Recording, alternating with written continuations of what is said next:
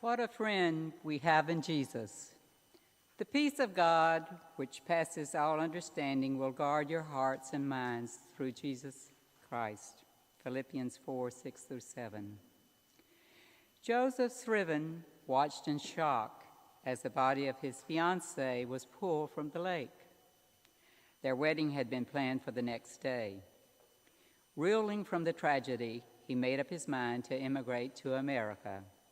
Packing up his belongings in Dublin, Ireland, he sailed for Canada, leaving his mother behind. He was about 25 years old. 10 years later, in 1855, he received word that his mother was facing a crisis. Joseph wrote the poem, "What a Friend We Have in Jesus," and sent it to her.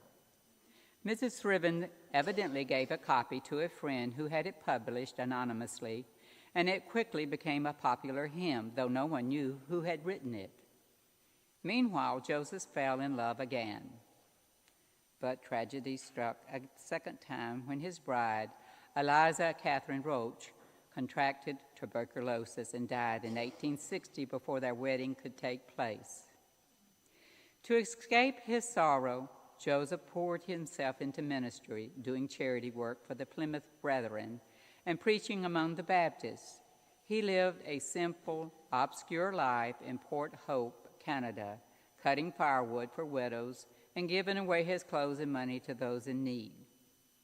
He was described as a man of short stature, with iron gray hair, close-cropped beard, and light blue eyes that sparkled when he talked. Ira Skansky wrote later, "Until a short time before his death, it was not known that he had a poetic gift. A neighbor sitting up with him in his illness happened upon a manuscript copy of What a Friend We Have in Jesus. Reading it with great delight and questioning Mr. Scriven about it, he said that he had composed it for his mother to comfort her in a time of special sorrow, not intending that anyone else should see it. Sometime later, when another Port Hope neighbor asked him if it was true he had composed the hymn, his reply was, 'The Lord and I did it between us.'"